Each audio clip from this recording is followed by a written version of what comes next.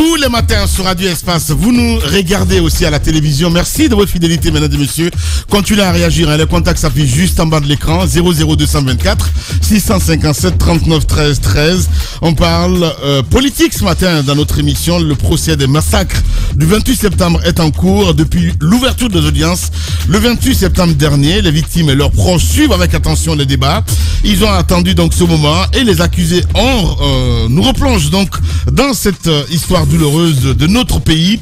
Plusieurs organisateurs de cette manifestation réprimée en 2009 sont cités à venir témoigner, soit par les avocats ou les inculpés. Plusieurs sans baouri pour l'heure.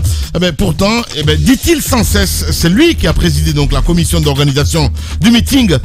Il est présent, il est toujours présent donc au tribunal et s'est dit prêt à livrer son témoignage. Si on lui demande, nous en parlons ce matin, mesdames et messieurs, avec M. Baouri. Il est le président de UDRG. Il sera notre invité ce matin, un peu plus tard dans le GG. Jacques Lewa, on s'intéresse à l'actualité. Hier, Toumba a fait son show. Toumba dit tout sur l'avènement du CNDD. Oui, c'était quelque chose de très, très intéressant. En tout cas, on ne l'attendait pas sur ça. On attendait quelqu'un qui viendrait attaquer directement le procès, puisqu'il n'est pas connu bavard. C'est d'ailleurs la deuxième fois qu'on l'entend parler, c'est-à-dire après l'événement du 3 décembre 2009, la tentative d'assassinat, comme on l'a qualifié, du capitaine Dadis. Et puis maintenant, de manière assez longue sur sa rencontre avec Dadis, qui daterait de 2007-2008. C'est depuis cette époque qu'ils ont commencé à mijoter quelque chose par rapport au ça se prépare pouvoir. Tout ça, Oui, ça se prépare. Je crois que les civils, seuls les civils ne se préparaient pas, mais les militaires, eux, ils se préparaient. Parce que dans son témoignage, dans son explication, pardon, qui n'est pour l'instant qu'une version, puisque, mais c'est une deuxième version. Parce que la première version, celle de Dadis, c'est de dire, c'est les jeunes qui sont venus me voir et qui ont demandé à ce que je sois président. Donc c'est comme ça. C'est cette version qui a demeuré jusqu'hier. Hier, nous avons eu cette deuxième version qui dit... il y a eu cette rencontre de la rencontre est née une véritable amitié et puis il va y avoir un pacte qui va être signé, on ne trahit pas, on va jusqu'au bout pour obtenir, et puis on s'entend qu'on ne fait pas de coup d'état. Donc il faut trouver un autre moyen pour arriver, n'est-ce pas, au pouvoir. Finalement, il y a deux informations capitales qui filtrent. C'est qu'effectivement, le général Toto, qui était déjà très mal vu par le régime de Lansana Conté pour avoir été plusieurs fois mis en prison parce qu'on le soupçonnait de fomenter des coups d'État, et lui, en tout cas, tout le monde pensait qu'il pouvait prendre le pouvoir après le général Lansana Conté, parce que les autres n'étaient pas vus. Dadis, oui, il était connu des militaires, mais du commun des Guinéens, ce n'était pas ça. Donc Toumba dit effectivement que Toto avait pris le pouvoir, il avait effectivement maîtrisé le camp, et donc c'est lui qui avait pris le pouvoir. Et de l'autre côté, vous avez le général Konaté, qui avait aussi ses hommes, qui avait aussi de l'intention, mais qui avait quand même une amitié avec Dadis. Celui qui aura permis donc de déjouer le coup de Toto, c'est bien lui, Toumba Diakité, avec sa force, qui aura neutralisé tout le monde, à commencer même par Toto lui-même et le colonel Thieboro, qui, curieusement, selon ses explications, était le secrétaire du feu général Toto Camara. Donc, lui, il était de ce côté. Et puis Claude Pivi, ça a fait rire tout le monde, que lui aussi il était dans son coin, il n'était pas avec le groupe. Il était en attente. Il était en attente. Voilà. Si les intellectuels ne s'entendent pas. C'est ça. Si les intellectuels ne s'entendent pas. Non mais notre pays quand même, sincèrement. Et puis. Les grandes gueules. Mais c'est quelque chose de fascinant parce que les militaires, ils ont su garder ça dans les quatre murs. Exact. Ce n'est pas sorti. Il y a eu des. C'est un pacte quand même, de toute façon. Un pacte c'était entre quelques-uns. Mais c'est ce que je dis. Ce n'était pas élargi à d'autres personnes. Mais de là à savoir que Claude Pivi aussi était intéressé par cette affaire. Qui n'est pas intéressé par le pouvoir? Non mais sincèrement quoi. Parce qu'il a été vu comme celui les grandes gueules. Tu sais, moi, à la nuit de 5 septembre, tu sais que moi, je me suis j'ai repensé à une vieille histoire de ma propre vie. J'ai failli intégrer l'armée. Et ce jour-là, je m'en suis rappelé, j'ai regretté. Il a dit qu'il fallait affaiblir. Donc, l'autre chose, je termine là-dessus. L'autre élément d'information capitale que nous avons, c'est vraiment des dissensions. Et ce qui n'était pas étonnant parce que le général Toto, même si on l'avait pris comme premier vice-président, c'est le cas, il était le premier vice-président du CNDD, mais lorsque Dadis tombe, c'est pas lui qui prend, c'est le deuxième vice-président qui prend, parce que le général Sekouba Konaté était l'homme fort du camp Alpha Yaya. C'était ça la vérité. C'était l'homme fort du camp Alpha Yaya. Il avait plus d'hommes avec lui et qui lui sont restés fidèles. Donc c'est lui qui arrive et qui prend surtout les parachutistes. Et puis les dissensions étaient quand même réelles. Je crois qu'au-delà de ce que Dadis nous vendait, il n'y avait pas d'amitié véritable entre les trois leaders du CNDD, à savoir Dadis, Konaté et Toto. Ouais, c'est vrai. Allez-y, mon cher Antoine, vous avez suivi évidemment aussi la narration de Toumba Diakité hier. Moi, j'appelle cela la stratégie Toumba. Et je pense que il est très intelligent. C'est ça, il a mis tout le monde dans la poche. Très intelligent. Et je vois même sur Twitter, hashtag je suis Toumba Diakité et tout ça, mais les gens sont malades. Il a misé sur des fibres assez sensibles. Bah oui, c'est ça. Surtout les jeunes, les Wessou Gabi et compagnie.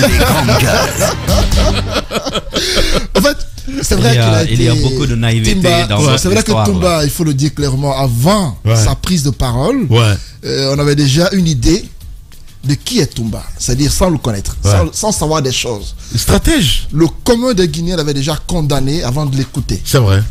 C'est-à-dire beaucoup dans l'imaginaire. La justice populaire en fait. Justement. Je ne dis pas que ce qu'il a dit est fondé. Bah oui. J'ai écouté un homme qui semblait cohérent. Cohérent, en même temps il savait très bien. Qui se rappelait des moindres détails et qui connaissait son sujet. Mais une chose m'a interpellé. Et qui a surtout préparé son intervention pendant 13 ans. Et pourquoi est-ce que ce qui me fait dire que Toumba, dans sa stratégie, était contraint d'agir ainsi, c'est la sortie de Marcel Bilavoki. Parce que dans son intervention... Le neveu de Dadis. Oui, monsieur, je ne sais pas. Vous savez que Marcel, il n'a jamais été au stade, jusqu'à demain, il n'y était pas. Donc, Toumba, dans son intervention, a clairement indiqué qu'il est étonné que des officiers viennent devant la barre et se mettent à tout nier, se mettent dans une négation, alors qu'on leur a appris que la négation, c'est lorsque vous êtes pris par l'ennemi et qu'il ne faut pas dénoncer ses proches. Donc il est surpris que ceux-ci, au lieu de dire la vérité, viennent et veuillent se clamer leur innocence. Donc Toumba, en rappelant l'avènement du CNDD, montre clairement, et avec Dadis Camara, parce qu'il semble dire que c'est des gens qui l'ont opposé à Dadis. C'est des gens qui se sont mis entre les deux, sinon il aimait bien Dadis. Il dit qu'il aime bien Dadis et que les deux ont signé un pacte de sang avec un marabout. Ils ont bu ce sang. Un féticheur. Un féticheur. Ouais, c'est ça. Celui qui trahirait. Qu'ils ont bu le sang. Oui, il a dit. Que celui qui. Non, pas le sang, mais on leur a donné à manger, à croquer. En fait, les pactes de sang, les gens vous entaillent quelque part sur la peau, une goutte de sang que vous mettez ensemble, et puis les deux, ils le boivent soit dans le vin, dans de l'eau. Non, ils ont. Le féticheur leur a donné quelque chose à croquer. Et ils ont promis que personne ne devait il y a beaucoup de gens qui le font, surtout du côté de la forêt, même homme-femme. Celui qui. Celui qui trahirait selon lui recevrait une balle.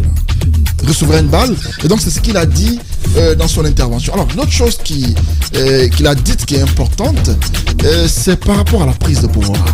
Parce que cette version-là, Jacques l'a rappelé tantôt, on ne la savait pas. Bien sûr. On ne la savait pas. C'est un procès. Toumba, selon lui, c'est lui qui a donné le pouvoir à Dadis. Parce qu'il le lui avait promis. Lorsqu'il donne sa parole, il la respecte. Et je pense que Dadis Camara, son intervention est déterminante. Parce que Tchegboro s'est exprimé.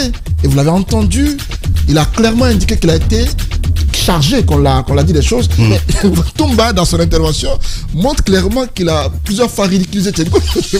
Parce que dans l'un des propos qu'il dit, Tchegboro a voulu prendre sa place.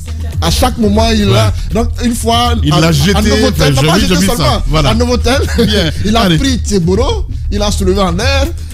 Pendant qu'il criait excellence, excellence, la dit c'est qu'il ne va pas. Tchegboro était en l'air et ses pieds tapotaient. On va revenir à 10h. Avec vos propos, mesdames et messieurs, on parlera aussi de la manifestation de la FNDC, évidemment, hein, des tensions signalées donc sur l'axe. Et puis, il y a d'autres sujets aussi à évoquer avec notre invité. Tous les matins sur Radio Espace, également aussi hein, sur Espace TV. Continuez à réagir, mesdames et messieurs, dans la deuxième partie, troisième partie, hein, carrément de l'émission. Nous allons faire un saut sur vos réactions sur le 657 39 13 13. Sinon, ça se passe également aussi hein, sur Twitter. Avec plaisir, nous allons prendre en compte vos messages. Le procès des massacres du 28 septembre est en cours, je le disais tantôt. Depuis l'ouverture des audiences le 28 septembre dernier, les victimes et leurs proches suivent avec attention les débats. Ils ont attendu donc ce moment et les accusés nous replonge dans cette histoire douloureuse de notre pays. Plusieurs organisateurs de cette manifestation réprimée en 2009 sont cités à venir témoigner, soit par les avocats ou les inculpés. Plusieurs semblent oui, pour l'heure. Pourtant, dit-il sans cesse, c'est lui qui a présidé la commission d'organisation du meeting. Il est toujours présent au tribunal et se dit prêt à livrer donc son témoignage. Si on lui le demande, nous parlerons évidemment de ce procès ce matin, mesdames et messieurs, avec lui, mais également du dialogue politique. Reporter Baouri, il est déjà dans le locaux, il va prendre la parole un peu plus tard. Mon cher Antoine, on continue évidemment avec ce témoignage de Toumba Diakité. Voilà, beaucoup de lutteurs interviennent de se dire calmos. C'est très tôt. Donc pour l'instant, je pense que personne n'a tranché dans ce. Non, personne n'a tranché. Mais bon, quand je vois un petit peu sur les réseaux, sur Twitter entre autres, l'émotion que ça suscite. Je te disais tantôt que il y a même les hashtags. Je suis Toumba Diakité. Je trouve ça déplorable. Ce que les gens doivent retenir, c'est que c'est un procès qui va durer plus d'une année. Ouais. Donc, mais ça va prendre du temps. Ah bah. Oui. Officiellement, c'est 8 mois, mais nous savons tous que au regard du déroulement et des imprévus, ça ira au-delà. Et Toumba Diakité, je l'ai dit, son avocat l'a rappelé, la survie de l'un dépendra de l'abattage de l'autre. Et donc, c'est ce qui a commencé là. Ouais. Et donc, Toumba, la stratégie adoptée, la chronologie des faits, telle qu'il commence avec l'avènement du CNDD, à mon avis, il est en train de préparer les mentalités à ce qui s'est passé le 28 septembre. Parce que beaucoup ont dit que c'est lui qui était à la base de ces tueries, mais il dit qu'il y avait un désordre à la présidence. On ne savait pas qui faisait quoi. C'est vrai, il y a même les féticheurs et tout ça. Voilà, justement, il a rappelé les parents qui s'invitaient. Il a rappelé cette découverte faite à Dubreka chez un des neveux de Dadis. Il parle de féticheurs qu'il a trouvé munis de des grandes gueules. Autres fétiches. Il était surpris, près d'une centaine de personnes qu'il a découvert là. Et il a aussi cité les jeunes de Kaléa qui étaient en formation. Et il a dit que ceux-ci avaient été envoyés au camp Al-Fayaya. Il ne les connaissait pas du tout. Donc, à mon avis, Toumba prépare les mentalités au fait que n'importe qui aurait pu se retrouver au stade du 28 septembre, relevant de la présidence, sans que ce ne soit lui qui ait donné l'ordre ou sans que ceci ne relève de son unité. Parce qu'il a dit qu'il n'avait pas d'unité en tant que tel. Marcel Guilavogui, il a dit, en prison, ils ont fait un entretien à 3 avec un certain CC. Ils ont demandé à ce qu'arrive devant la barre qu'on dise la vérité. CC étant devenu le pasteur carrément au niveau de la prison, mais Marcel aurait dit, selon Toumba, que même si c'est un char qu'on envoyait pour le tuer, jamais il ne dira la vérité. Alors il a dit à Absessi de ne plus le recevoir dans son église parce qu'il n'a pas de foi. Bien. Donc, ce qu'il faut... Quel enseignement tirer, mon cher Antoine? Ce qu'il faut retenir comme enseignement, c'est que c'est un procès dans lequel il y a deux camps. Il y a le camp des victimes présumées et il y a le camp de ceux qui sont inculpés. C'est-à-dire, chacune des deux a carrément deux adversaires en face. C'est-à-dire, un adversaire dans le camp des inculpés et un autre qui est celui des victimes. Donc il faudra se défendre des deux côtés parce que ça viendra de partout. Pour l'instant, dans le camp des inculpés, il faudra démêler les chevaux pour savoir qui a les grandes gueules. Parce que chacun des inculpés désormais accuse l'autre. Et il a dit, Toumba, pour clore, que Dadis, une fois devant la barre, ne doit pas rentrer dans les détails pour dire que je n'ai pas fait ci, je n'ai pas fait ça. Il n'a qu'à avouer en demandant pardon au peuple de Guinée. Évidemment, c'est un peu trop facile. Ça prendre à son plaisir. Justement, parce que ce qu'il faut dire clairement, c'est un inculpé qui s'exprime. Il a besoin de laver son image. Ce qu'il dit n'est pas parole d'évangile. Évidemment. Ce sont les propos d'un citoyen. C'est cela. Les grandes gueules. Il ne dit pas forcément la vérité. Il parle pour convaincre. Et le président dans ce tribunal-là n'est pas dupe. Il sait que celui qui parle dans le but de s'innocenter. Et donc, je me dis que c'est de bonne guerre. Oui. Chacun parle pour se défendre. Ce n'est pas forcément ce qui est dit qui est la vérité, mais on parle dans le but de dire aux gens que je n'ai rien fait, alors que derrière, ce sont les preuves brandies par les avocats de part et d'autre qui vont aider à savoir qui a fait quoi. La manifestation de la vérité. Allez-y, Mafoudi Bangoura, quel enseignement tirer? Alors moi, la première chose que note, c'est ce que Toumba a réussi hier, parce que avant ce procès, il était vu comme il était associé au mot violence. On pensait un Toumba militaire, 5 heures et autres, et je pense qu'hier... Même illettré, hein? Oui, même illettré. Ouais. Et hier, il a réussi quand même à restaurer son image. Ouais. Parce que peu de gens, moi par exemple, je ne savais pas hier qu'il était un médecin. Illettré, ça c'est peut-être pour certains. Mais non, mais c'est ce que je dis en fait, parce que c'est l'image qu'il a renvoyée un petit peu. Un médecin de l'armée, bah oui, il faut aller à l'école. Non, mais quand on parlait de après, Toumba... Après, c'est un peu compliqué. Hein. L'armée, mon cher ami, c'est autre chose. Quand on parlait de Toumba, on l'associait facilement à la violence. Et hier, quand même, il est parvenu à convaincre les Guinéens que tout ce qu'on disait de lui, ce n'est pas lui. Que c'est quelqu'un qui ne met pas la violence en avant, mais qui met en avant les réflexions. Exact. Parce que pour preuve, c'est un médecin, il a fait 7 à Ignazdine, il a fait des études, il nous a amené dans la chimie hier, il nous a amené dans la physique. Jacques, il est trop innocent parfois, sincèrement. Peut-être c'est ce les médecins ici, souvent. Jacques, s'il te plaît, on va pas faire de débat dessus, mon cher Jacques, sincèrement. Ce que j'ai dit... Moi, quand il y a le général Baldé au niveau de la gendarmerie nationale, que j'ai compris qu'en fait, au niveau de notre armée, qu'il y a des intellectuels. Il y en a beaucoup. Non, tu vois, voilà. C'est le général Baldé qui m'a donné cette impression-là. Et c'est la vérité. C'est pourquoi je te dis... Vous ne pouvez pas être médecin dans l'armée et ne pas aller à l'école. Oh, ben, en Guinée, tout est possible, hein, mon cher. Non, mais je ne sais pas comment ça peut être possible. Si. Parce que même si notre fac de médecine a été parfois, si vous voulez, c'est ce qu'on sait, mais vous avez au moins été à l'école. Bon. Allez-y, Mafoudia. Il y a effectivement beaucoup d'intellectuels dans l'armée. Ils ne sont pas vus. Souvent, on s'en tient à ce que nous voyons au quotidien, qui ont des agissements et tout, et on généralise, on associe tous les militaires à cela.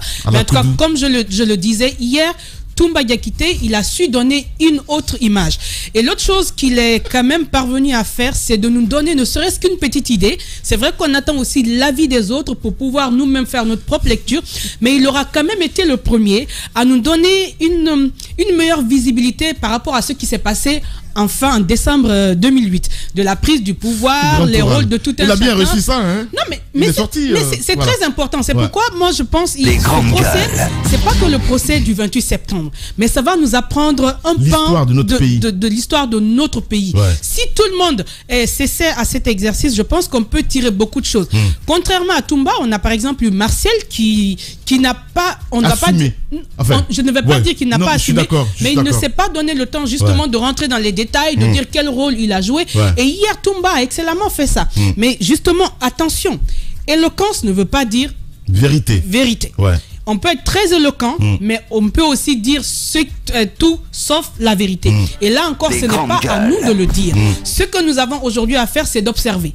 Lorsque tous ces accusés passeront, chacun donnera sa version. D'abord, tous les Guinéens pourront tirer la conclusion qu'ils souhaitent.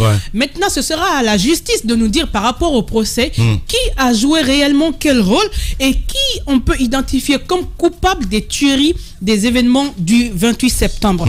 Mais sinon, hier, pour son passage, je pense quand même qu'il a réussi à donner une autre image de lui aux Guinéens. Voilà, le grand oral. Allez-y, mon cher Diba Minimono.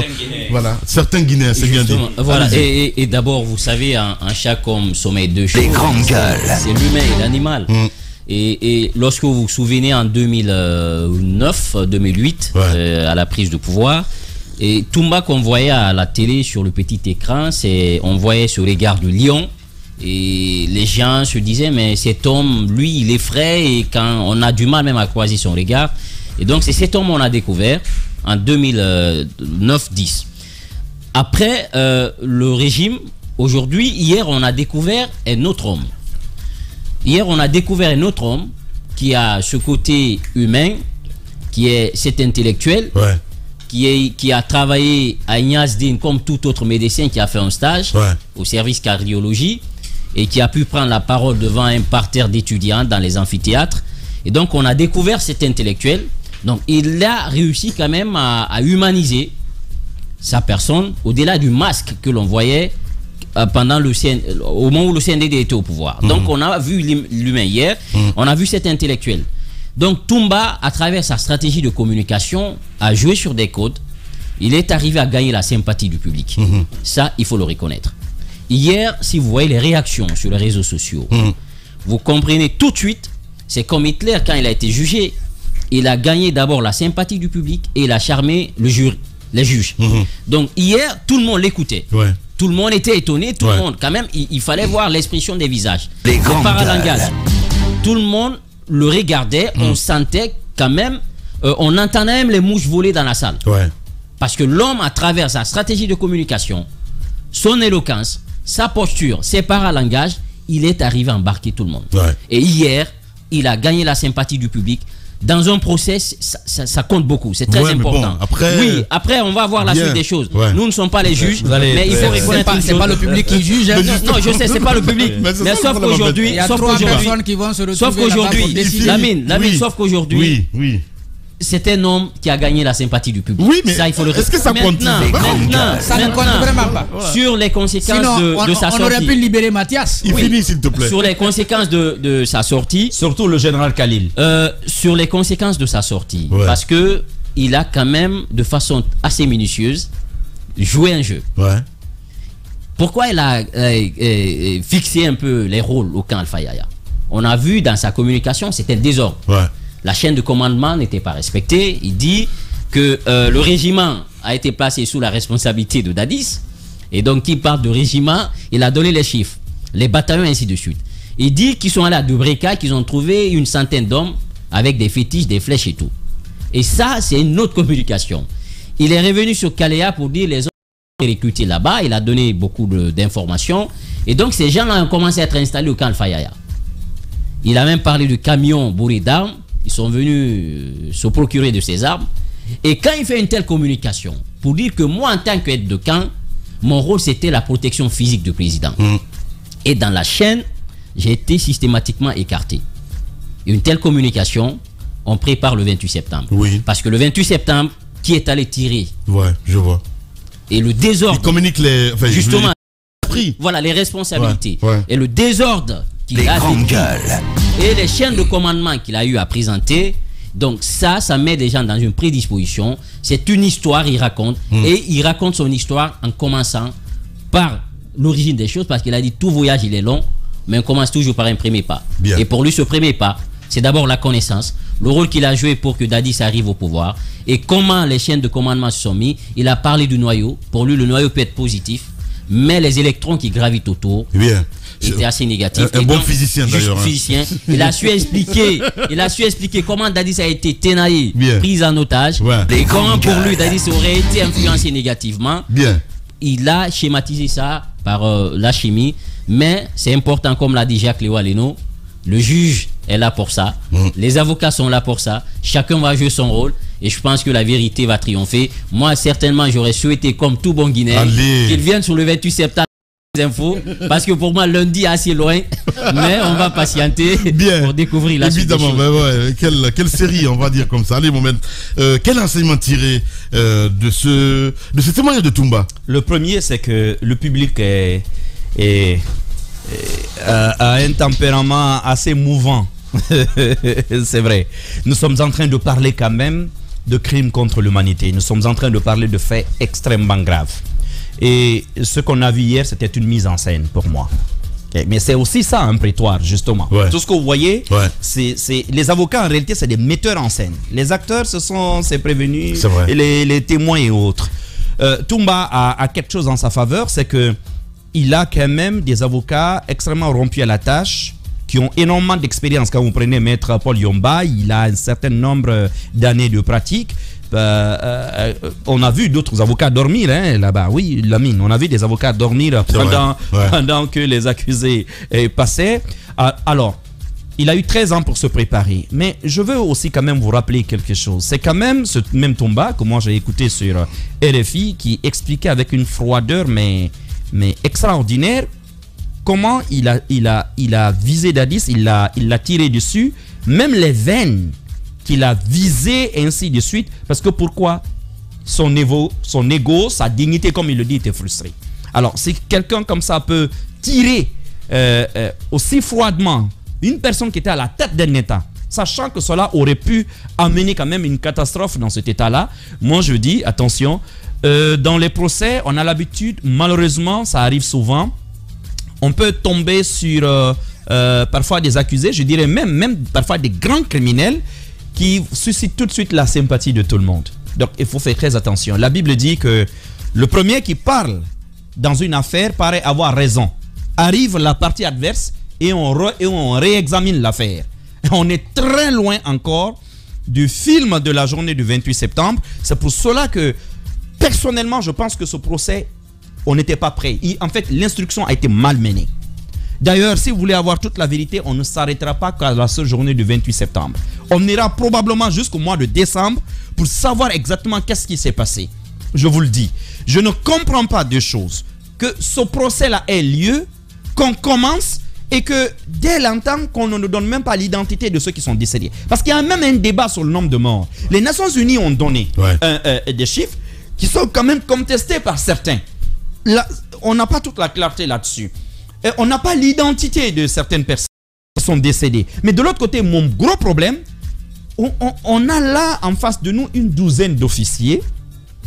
Mais derrière, ceux-là, les exécutants, pendant 13 ans, la Guinée a été incapable d'aller dénicher les exécutants, ceux qui étaient dans le stade avec des armes et tout. Nous écouterons M. Ba tout à l'heure. Qui sait? Parce qu'on aimerait vraiment apprendre de son témoignage. On sait par exemple qu'au stade, il y a 2 personnes au moins qui ont exfiltré les leaders. Ouais. Toumba qui est parti avec le premier groupe et Thieboro qui est parti avec le second groupe. Mais je me pose une autre question, moi. Et si le but c'était d'exfiltrer dès le départ les leaders, parce que tout porte à croire que le carnage qui a eu lieu a eu lieu après le départ des leaders. Ouais. Donc les leaders eux-mêmes, est-ce qu'ils ont suffisamment d'informations? Est-ce qu'ils ont tout vu? Donc qui sont les exécutants? C'est bizarre que 13 ans après, qu'on ne dise pas tel caporal, tel sergent, et ainsi de suite, était dans le stade, ils ont tiré. Parce que si on avait mis la main sur ces gars-là, c'est sûr que quelque part, il aurait été plus facile encore de démêler c'est ce qui ressemble aujourd'hui vraiment à une histoire assez rocambolesque. Moi je dis, je suis prudent. Toumba, je l'écoute, j'écoute tout le monde avec beaucoup de recul. Même Marcel dont on parle, personnellement, et ce n'est que mon regard à moi, je me demande si ce monsieur est équilibré. Bien. J'entends les gens dire il ment, oui. Il y a des signaux qui ne trompent pas. J'aimerais, je ne sais pas si je vois de la même manière, mais moi je ne serais même pas contre qu'on le soumette à des examens psychiatriques. Oui, parce que cela a tout. C'est extrêmement important dans un procès, vous savez. C'est extrêmement important. Il y a tellement d'incohérences dans ce qu'il dit que je ne pense pas que ce soit simplement une volonté de mentir ou de nier des faits. Il serait quand même important c'est important pour la psychologie de tous ces gars, surtout ceux qui ont mis énormément de temps en prison. On vous dit que certains sont devenus des pasteurs. Bien. D'accord? Et d'autres, pendant ce temps, disent, faites rouler un char de combat sur moi, je ne parlerai pas. Il est important, je pense que tout n'a pas été fait dans l'instruction de ce dossier. Bien, Mohamed Mara, le procès de toutes les attentions. Vous êtes sur Radio Espace.